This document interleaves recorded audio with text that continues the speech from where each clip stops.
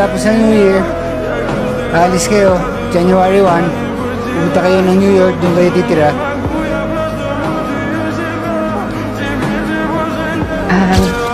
Bakit di ka na kaya sumama sa amin sa Amerika?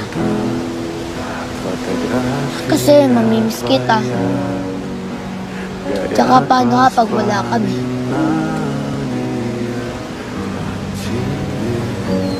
O kaya tay, sabihin niyo nga po kay nanay na hindi na po ako sasama sa kanya.